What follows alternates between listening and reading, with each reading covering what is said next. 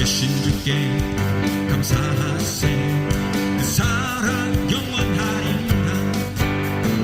모든 것 위에 뛰어나신 주 그 사랑 영원하리라. 찬양 찬양. 능력의 손과 표심팔로 그 사랑 영원하리라. 거듭난 영혼들을 위하여 그 사랑 영원하리라. 찬양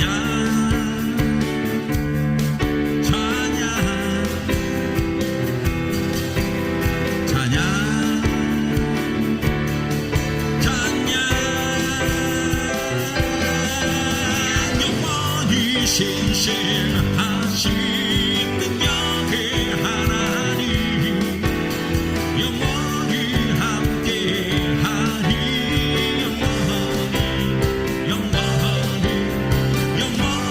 신실하신 능력의 하나님 영원히 함께하니.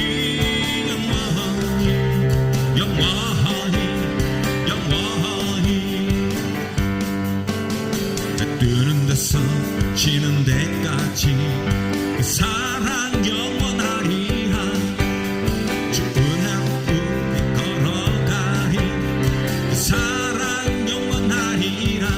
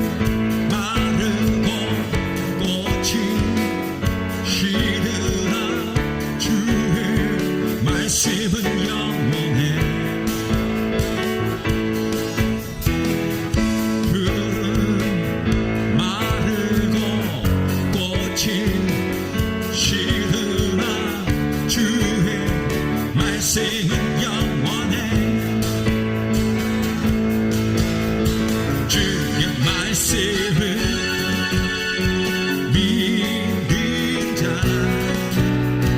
그의 구원을 얻으리. 주의 말씀을 행하는 자 그의 능력을 보게 되리라. 주의 말씀은 영원해. 주의 말씀은 영원해. 주의 말씀은 영원해. 영원해. 영원해. 주의 말씀은 영원해. 주의 말씀은 영원해. 주의 말씀은 영원해. 주의 말씀은 영원해. 영원해. 영원해. 주님 같은 반석은 주님 같은 반석은 없도다. 찬양받기 합당하신 이름 끝이 않으시는 구원의 반석 실실하시고 진실하신 주 주님 같은 반석은 없도다. 주님 같은 반석은 없도다. 찬양받기 합당하신 이름 끝이 않으시는 구원의 반석 실실하시고 진실하신 주 주님 같은 반석은 없도다. 만세 반석 예수의 반석 만세 반석 예수의 반석 만세 반석 예수의 반석 주님 같은 반석은 없도다. 주님 같은 반석은 주님 같은 반석은 없도다. 찬양받기 합당하신 이름 끝이 않으시는 구원의 반석 실실하시고 진실하신 주 주님 같은 반석은 없도다. 주님 같은 반석은 없도다. 주님 같은 반석은 없도다.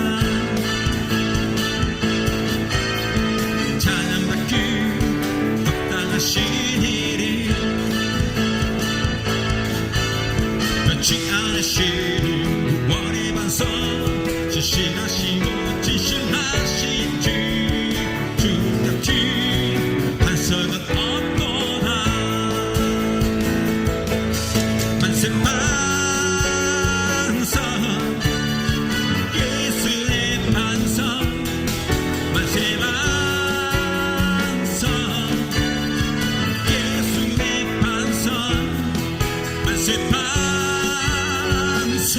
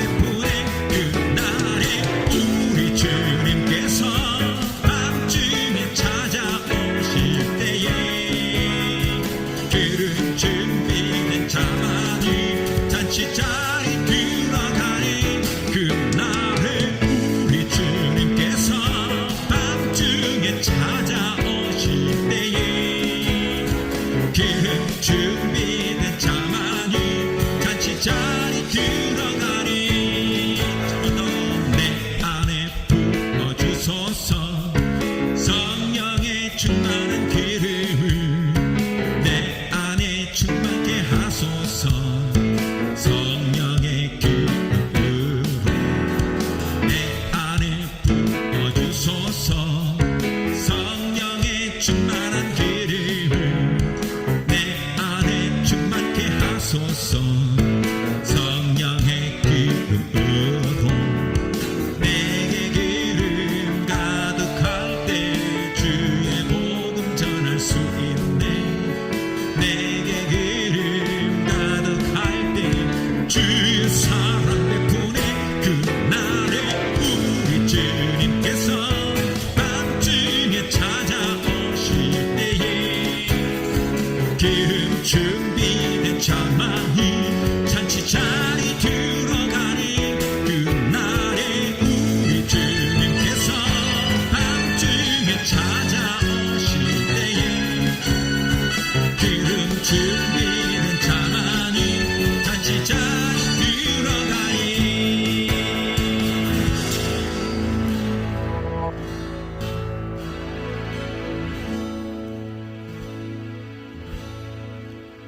전능하신 나의 주 하나님을 눈치 못하실 전혀 없네. 우리의 모든 간구도 우리의 모든 생각도 우리의 모든 꿈과 모든 소망도 신실하신 나의 주 하나님을 우리의 모든 괴로움 바꿀 수 있네. 불가능한 일 행하시고 죽은 자를 일으키시. 그를 이길 자 아무도 없네.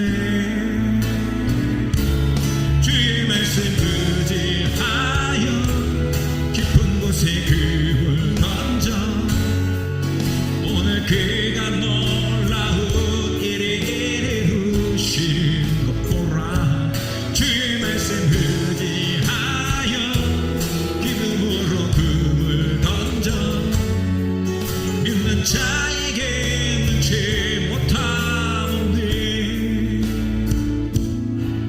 전능하신 나의 주 하나님을 능치 못하시리 전혀 없네. 우리의 모든 간구도 우리의 모든 생각도 우리의 모든 꿈과 모든 소망도 신실하신 나의 주 하나님을 우리의 모든 괴로움 바꿀 수 있네. 불가능한 일 행하시고 죽은 자를 일으키시. 그를 이길 자 아무도 없네.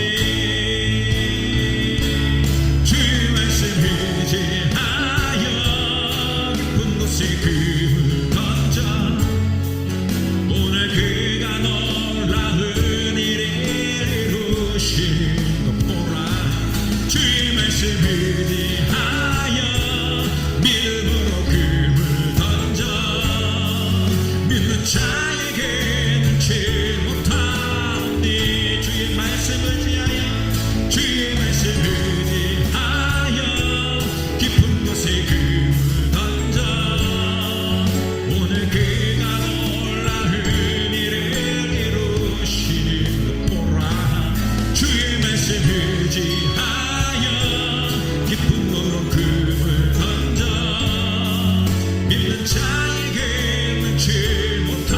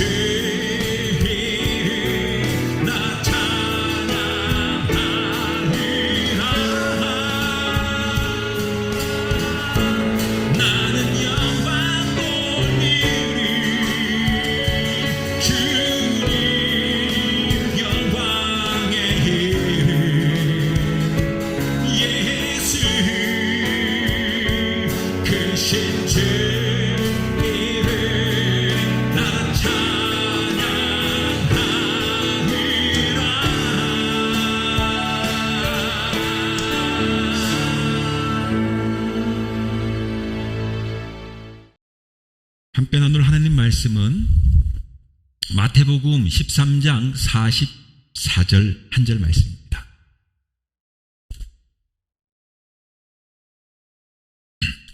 천국은 마치 밭에 감추인 보화와 같으니 사람이 이를 발견한 후 숨겨두고 기뻐하며 돌아가서 자기 소유를 다 팔아 그 밭을 사느니라. 아멘. 오늘은 마태복음 13장 44절 말씀 통해서 숨겨진 보화라고 하는 제목으로 말씀합니다. 귀한 은혜가 있기를 바랍니다. 천국은 마치 밭에 감추인 보화와 같으니 사람이 이를 발견한 후 숨겨두고 기뻐하며 돌아가서 자기 소유를 다 팔아 그 밭을 사느니라. 영어로 보면 이 단어가 수가 32개의 단어가 나와요. 제가 이 단어를 얘기하는 이유는 NIV 성경을 지금 읽어봤는데요. 단지 32가지 단어 안에 천국이라는 것을 함축하고 있어요. 이 비유 안에 예수님의 비유가 많은 비유가 있는데 그 비유 중에 가장 짧다고 할 수 있는 비유 중에 하나인데요. 이 비유 한 구절 안에 천국에 대한 모든 비밀의 이야기가 다 들어있어요. 그러다 보니까 그 신천지 같은 이단들도 비유풀이를 할 때 이것을 가지고 나름대로 자기들만의 비유를 푸는데, 물론 얼토당토하고 어처구니가 없습니다만 아무튼 이 비유풀이를 해요. 한글로는 21개의 단어만 사용했고 영어에는 32개의 단어만 들어갑니다. 그런데 이 비유가 매우 심오해요. 매우 심오합니다. 천국이 어떤 것이냐에 대한 명확한 답을 이 비유를 통해서 쉽게 설명한 것입니다. 자, 첫 번째로 이 비유를 볼 때 우리가 어떤 질문을 던질 수 있는데요. 왜 이 사람은 지금 들판에서 일을 하고 있는가요? 아니, 일을 했는지 어쨌거나 이 사람이 여기 지금 들판에 지금 있어요. 자, 이 사람이 무작정 이리저리 거닐다 지금 이 보물을 발견했습니까? 아니면 그 밭을 팔리기 위해 내놓아진 상태이기 때문에 그 밭이 사고 싶은 마음에 조사를 해보려고 왔습니까? 아니면 또 그 밭 주인을 도와 일을 하려고 갔다가 지금 보물을 발견했습니까? 예수님은요, 지금 오늘 이 비유를 통해 말할 때 그 사람이 왜 이 밭에 있는지, 또 그 비유를 우리에게 왜 이렇게 있는지에 대한 그 비유를 통해서 말씀해 주지 않아요. 단지 이 오늘 함께 나눈 이 성경 본문에 이 사람이 거기에 있었고 우연히 이 보물을 발견하게 되었을 뿐이라는 거죠. 그래도 분명히 우리가 인정할 수 있는 것은 딱 한 가지 있어요. 이 사람은 참 영리한 사람이다. 이것은 우리가 인정할 수 있습니다. 왜 영리하냐? 그가 보물을 지금 발견하자마자 무엇을 했는지를 주목해 봐야 되는 거예요. 어떻게 했습니까? 이 사람은 보물을 다시 감췄어요. 그죠? 근데 여기에 보니까 똑같은 장소에 감췄다는 말은 없어요. 단지 다시 감추었다고 했어요. 자, 그런 후에 그는 이 보물에 대한 이야기를 어느 누구에게도 알리지 않습니다. 알리지 않아요. 만약에 이 사람이 정직한 사람이라면 어떻게 할까요? 밭주인에게 가가지고 여보시오, 내가 당신 밭에서 보물을 발견했어요. 얘기할 수도 있지 않습니까? 당당히 말하면서 정당한 보상을 요구하든지, 그러니까 내가 발견했으니까 당신 나에게 몇 프로를 주시오, 이렇게 할 수 있잖아요. 그죠? 혹은 이 밭을 사고 싶다고 하는 그 말을 하면서 흥정을 할 수도 있어요. 그죠? 여보시오, 내가 당신 밭을 살 테니까 나에게 얼마에 파시오라고 흥정할 수 있지 않습니까? 그런데 그는요, 그 어떠한 방법으로도 그 보물에 대한 이야기를 밭주인이나 보물에 관련된 사람들에게 말하지 않습니다. 그가 한 일은 그 밭을 사기 위해 가지고 뭘 했습니까? 돈을 준비한 거예요. 돈을. 아무에게도 말하지 않고 그냥 조용히 치밀하게 계획을 짜고 돈을 준비한 거예요. 더 정확하게 말하자면 뭘까요? 이 사람은 한마디로 정직하지 않은 사람인 것 같아요. 우리가 중고차를 사지 않습니까? 그러면 중고차 상사에 가가지고 막 차를 볼 거 아닙니까? 그런데 트렁크를 딱 열었더니 거기에 돈꾸러미가 있는 거예요. 그럼 이 돈이 누구의 것입니까? 전 주인의 것입니까? 아니면 이 자동차를 파는 상사의 것입니까? 아니면 지금 구매하러 온 사람의 것입니까? 결론은요, 어느 누구도 모르게 이것을 발견하고 사용한 사람의 것일 것입니다. 결국 사용자가 주인인 거예요. 자, 아무튼 이 사람이 정직하든 정직하지 않든 우리가 최소한 분명히 알 수 있는 것 하나는요, 그가 한 가지의 목표를 가진 사람이었다는 것입니다. 그는 보화를 보았고 또 그것을 가지고 싶어 했고 또 가격이 얼마나 비싼지 상관없이 자신이 할 일, 즉 뭐예요? 그 밭에 사는 일을 하고야 말았어요. 자, 우리가 이 사람을 칭찬할 수 있는 최소한의 이유는 바로 아무도 어떠한 것도 그가 밭을 사는 일을 가로막을 수 없었다는 거죠. 성공자는요, 이런 사람들 바로 성공자라고 하는 거예요. 세상의 성공자들은요, 바로 이런 사람들이에요. 치밀한 계획과 목표를 가지고 아무도 모르게 그 일을 추진해 가는 거죠. 물론 조건이 있어요. 그죠? 나만이 이것이 잘 될 거라는, 그죠? 뭔가가 있어야 되는 거야. 잘 될 일을 나만 해야 잘 되는 거지 뭐. 여러분 주변에 우리 주변에 상가가 많은데 예를 들어서 편의점이 많잖아요. 그죠? 편의점. 옛날에는 편의점이 그 거리가 있었어요. 반경 몇 미터 안에 편의점을 둘 수가 없는 그런 거리가 조건이 있었거든요. 계약 조건이. 근데 요즘은 막 우후죽순 들어섰잖아요. 결국은 지사를 깎아 먹는 거야. 나눠 먹는 거거든. 장사가 처음에는 옛날에는 편의점 하면 잘 된단 말이 있어요. 지금은 편의점 해봐야 의미가 없어요. 24시간 아르바이트생 못 구하면 주인이 눈이 뻘겋게 충혈돼가면서 맨날 며칠 고생해야 되는 거야. 근데 이게 바꿔 얘기하면 아무도 모르고 나만 아는 것이 있다면 목표를 이루기 위해서 치밀하게 계획해가지고 나가면 성공할 수 있겠죠. 성공자들은 그런 사람들이고 누구보다 빠르게 정보를 알아야 되고 그 정보에 빠르게 접근할 수 있는 사람일수록 성공자가 되는 것이고 그리고 그 정보는 남이 몰라야 돼. 그래야만 성공하는 거야. 그리고 현대사회는 얼마나 많은 정보를 얼마나 빨리 누구보다 먼저, 이게 현대사회의 성공의 관건입니다.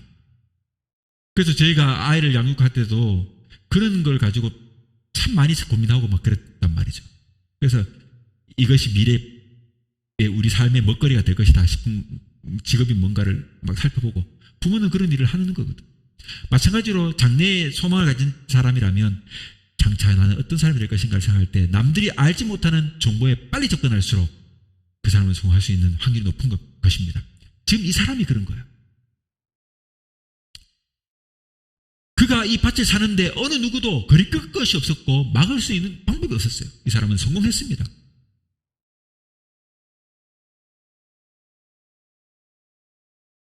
여러분, 이 이야기가 주는 하나의 또 의미는 뭘까요? 한 가지의 목표에 충실하고 싶지만 여러 일에서 좋은 성과를 얻고 싶어하는 우리들의 모습을 보게 되는 거예요. 여러분, 분주하게 되면 삶이 분주해져요. 여러 가지 목표를 막 가지고 가면 삶이 분주해요. 그러나 한 목표를 정해서 그것을 막 집요하게 파고들면 오히려 그 사람의 성공 확률이 높아질 수 있어요. 그러니 여러분, 재주가 많으면 손발이 고생하는 거고 재주가 많으면요 몸이 피곤한 거예요. 그렇게 되는 거예요. 자, 아무튼 이 비유는요, 무엇인가 자신이 원하는 것을 보았을 때 그것을 얻기 위해 물불을 가리지 않고 하고야 마는 이 윤리적 모렴치의 어떤 신학을 대변하는 것은 결코 아니에요. 소위 말하는 오늘날 번영신학이라는 것이 있습니다. 번영신학. 이 번영신학이 주장하는 것, 교회 가면 여러분 복받아라. 여러분, 그 법정스님 알죠? 법정스님. 불교의 법정이라고 하는 스님이 유명해요. 그 사람의 강연을 듣는데 아주 놀라운 이야기를 합니다. 누가 질문을 하니까 기독교에 대해서 이야기를 하는데, 기독교는요 복을 달라고 막 기도를 하는 거예요. 복을 주시옵소서 기도를 하는 거예요. 그건 기도가 아니다. 여러분 불교에서 그런 말 하는 겁니다. 불교 중이 아니 그건 스님이야. 완전 선생이야. 스승이야. 여러분 교회 왔는데 주시옵소서 그렇게 기도를 하는 것 기복이에요. 그런 기도는 하나님을 향한 기도가 아니에요. 그것은 기복하는 거죠. 기복하는 거예요. 복을 구하는 것밖에 안 돼요. 기독교에서 기도는요, 나의 뜻과 하나님의 뜻이 합해지는 것이 기도예요. 그러니까 내 기도가 하나님께 뭘 하기를 원한다는 그 기도가 하나님이 나를 향한 원함과 일치할 때 그것이 기도 응답이 되는 거예요. 그래서 예수님께서 그 유명한 겟세마네 동산에서 죽음을 앞서고 기도할 때 여러분 땀방울이 핏방울들을 간절하게 기도했다고 성경이 기록하고 있거든요. 그 기도에 수많은 번뇌가 있습니다. 번민이 있어요. 뭡니까? 지금 내일이면 이제 곧 십자가를 져야 돼요. 곧 이제 죽음 앞에 지금 직면한 한 사람의 처절함이 있어요. 그러니 나 정말 죽기 싫어요. 이 기도인 거예요. 쉽게 말하면. 그런데 그 기도 후에 마침이 어떻습니까? 그러나 나의 원대로 마옵시고 아버지의 원대로 하옵소서라고 기도하거든요. 이것이 기도의 핵심이에요. 즉 나의 뜻과 하나님의 뜻이 합일이 될 때 기도의 완성이 되는 거예요. 그런데 우리는 뭐 합니까? 오늘날 기복해요. 그러니까 법정이 그 말을 하는 거예요. 목사가 하는 말이 아니고 불교의 스님이 그 말을 하고 있는 거예요. 지금 꿰뚫어 본 겁니다. 오늘날 한국 교회가 잘못된 문제를 지금 꿰뚫어 보고 하는 얘기인 거예요. 바깥의 사람이 아는 거예요. 안의 사람이 모르고 있는데 오늘날 소위 말하는 번영주의 신학자들이 하는 말이 뭡니까? 가서 네가 원하는 것을 얻어라. 하나님 함께 하시면 이룰 수 있다. 된다. 복 받을 것이다. 복 받아라. 헌금해라. 복 받는다. 뭐예요? 나이키 운동화 광고에 하는 뭡니까? Just do it 아닙니까? 하면 된다. 여러분 운동 경기에 우리나라도 그 클럽 있지 않습니까? 그 축구. 여러분 한 20여 개 팀 이상의 우리나라 한국 팀이 있어요. 그죠? AB 리그 나눠가지고 하지 않습니까? 그런데 여러분 이 20개 팀의 모든 감독이 뭘 합니까? 그들의 목표는 결승에서 승리하는 거 아닙니까? 그죠? 모두 최고 중에 최고라고 자부하는 사람들이 모여서 축구를 하는 거 아닙니까? 그러니 감독이 뭡니까? 모든 선수들이 이렇게 말합니다. 야, 하면 된다. 하고자 하는 마음을 갖고 열심히만 하면 우리가 단지 승리에만 집중하면 반드시 우승 트로피는 우리가 들게 될 것이다. 막 얘기할 거 아닙니까? 20개 팀의 모든 감독들이 똑같은 얘기를 할 거 아닙니까? 얘기를 듣는 거예요.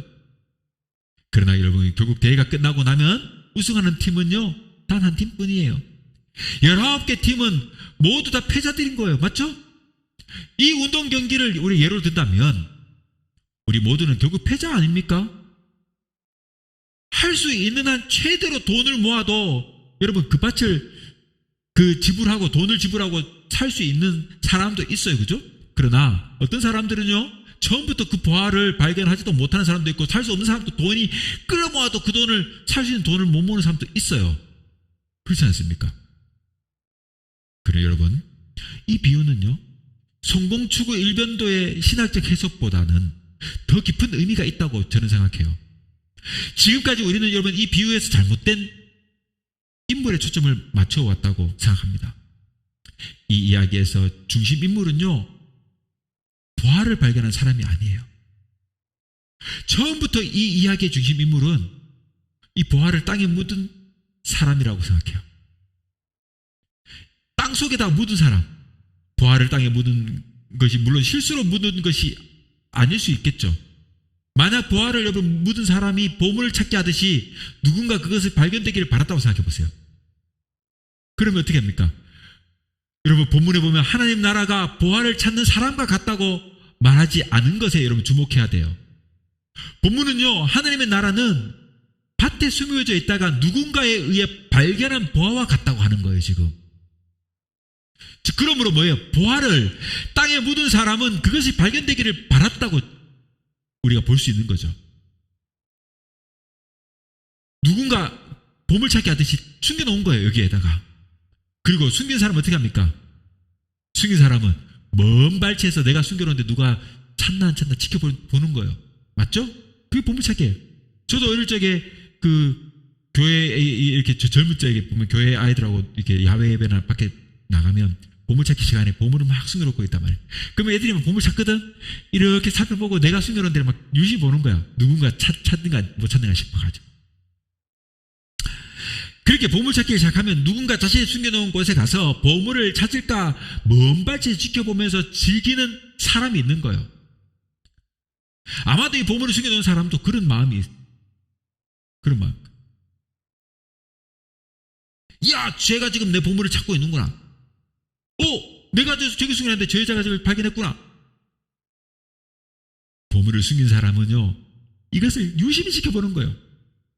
오늘 본문에 숨겨진 보화의 이야기가 놀러가서 하는 이런 이벤트인 그 보물찾기와 같이 누군가 보물을 찾도록 하는 게임이라면 보물은 준비된 선물만큼 언제나 숨겨져 있는 것입니다.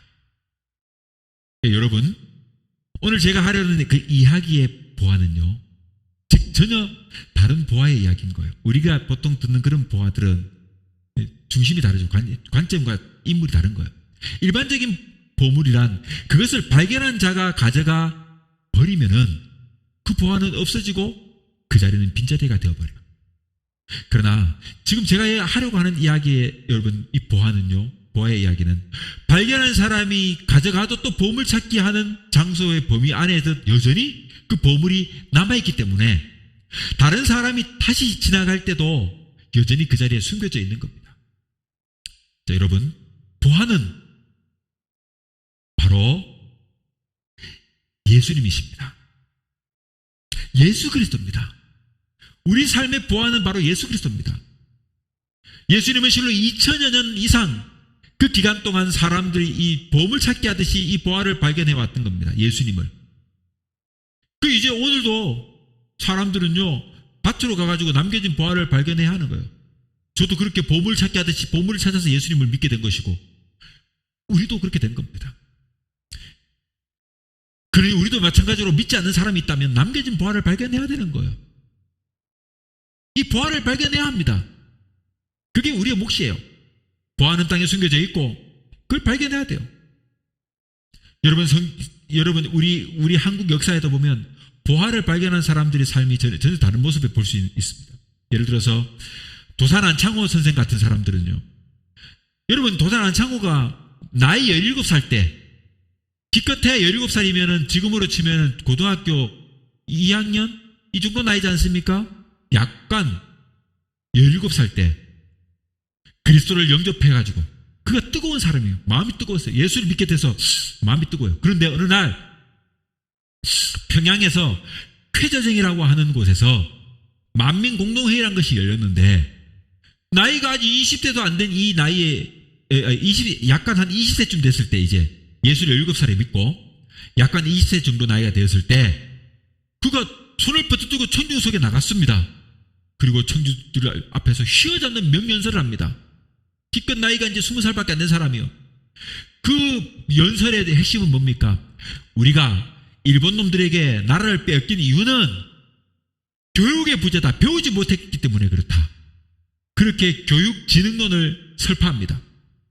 그 연설이 얼마나 장황하고 멋졌는지 그 연설을 들은 많은 사람이 이 나라의 무기력함과 장래를 걱정하면서 교육의 필요성을 인식하게 돼요. 그래가지고 그 현장에서 사람들 있잖아요. 가지고 있던 금가락지며 은가락지며 비녀며 이런 것들을 내놓고 교육을 위해서 써달라고 내놓기 시작한 것입니다. 그때 그 현장에 한 인물이 있었는데 바로 유기장수. 유기 다 알죠? 징이나 깽가리 녹그릇 만드는 유기장수였던 남강 이승훈 이라는 사람이 그 연설을 감명을 받습니다. 남강 이승훈 압니까 여러분? 그 사람이 감명을 받고 상투를 당장 그 자리에서 잘라버립니다. 그리고 금주를 하고 단연을 딱 선포하고 실천에 옮기고, 그리고는 전 재산을 다 털어가지고, 여러분 남강 이승훈 하면 몰라요? 역사 공부를 안 했구만. 그 사람이 세운 학교가 오산학교입니다. 민족학교, 오산학교. 그것을 설립해가지고 기독교 교육을 합니다. 여러분, 그 기독교 교육 이념을 바탕으로 한 이 오산학교는요, 민족 지도자와 독립운동가들을 배출하는 부한말과 일제시대에 매우 중요한 신학문의 산실이 됩니다. 또 한 인물을 보면요, 일제 식민지에 물들어가지고 나태하고 무기력해진 이 민족을 바라보면서 진정한 보화인 그리스도를 발견했던 바로 일가 김용기라고 하는 사람이 있습니다. 일가 김용기. 이 사람은요, 22세의 나이에 기독교 신앙을 바탕으로 농촌 계몽운동을 시작했습니다. 여러분, 6.25 전쟁이 끝나고 피폐의 폐허가 되어버린 이 땅에 나무 하나 없는 민둥산에 폭탄과 지뢰가 막 있지 않습니까? 이거 다 치워가면서 나무를 심고 밭을 가꾸며 지금의 경기도 광주에 가나안 농군학교라고 하는 학교를 세웁니다. 그리고 그것에서 여러분 계몽운동을 합니다. 농민운동을 합니다. 농민사관운동을 합니다. 거기 가면요, 비서가 하나가 있는데 거기에 이렇게 쓰여져 있습니다. 조국이여 안심하라. 조국이여 안심하라. 그리스도가 있다. 여러분, 이것이 그의 의지입니다. 그의 신념입니다. 오늘도 그 아들이 그것을 물려받아가지고 지금도 가나안 농군학교를 하고 대기업들이 연수를 갑니다. 그래서 그의 계몽정신, 이것들을 배웁니다. 여러분, 가까운 일본에 노벨 평화상 후보까지 올랐던 평화의 사도 인권운동가 한산 한자의 아버지라고 불렸던 가가와 도요히코라고 하는 목사가 있습니다. 가까운 일본에. 이 사람은요, 정치인의 사생아로 태어나서 의붓 형제들의 미움과 따돌림을 받으면서, 그래서 이제 신학교를 목회길을 가고자 했지만, 여러분, 당시에 전염병과 불치병이라고 했던 폐병이 들었습니다. 폐병이 들어버렸어요. 그래가지고는 이 전염병이라고 사람들이 그 당시 인식했기 때문에 추방됐습니다. 교회에서 추방되고 막 갈 곳이 없었어요. 그래서 막 죽기를 결심하고 죽기 전에 마지막으로 찾아간 어느 시골의 한 교회가 있었는데, 거기에는 우리처럼 한 사람의 교인도 없는 거예요. 부인과 앉아가지고 예배하는 그런 교회. 교인도 없어요. 그런데 허름한 천막교회가 있었는데 거기에 천뚜기 목사 나가노라고 하는 목사가 있었습니다. 그런데 이 목사가요, 예배를 마치고 나서 이 가가와 도요히코가 막 식사를 만난 음식을 막 대접해서 밥을 먹이고 하는데 각혈을 하는 겁니다. 피가 막 터져 나온 거예요. 그런데 그것을 얼굴 내색 하나 나면서 수건을 가져와서 닦고 또 얼굴을 맞게 해주고 이렇게 막 옆에서 친절하게, 그때 거기에 감명을 받은 거예요. 그렇게 깍듯이 맞아준 이 나가와 목사, 그를 돌봐줘 새로운 삶을 살도록 그를 유도했습니다. 그래서 훗날 가가와는요, 아까 얘기했던 것처럼 한센 한자의 아버지, 평화의 사도, 노벨 평화상의 후보까지 오르는 그런 위대한 사람이다. 훌륭한 사람이다. 여러분, 비록 나가노 목사는 별로 이름 있지 않은 개척교회의 작은 시골교회에 목회를 했지만 그의 감명을 받은 가가와 도요히코 목사는 그렇게 훌륭한 목회를 하게 되는 것입니다.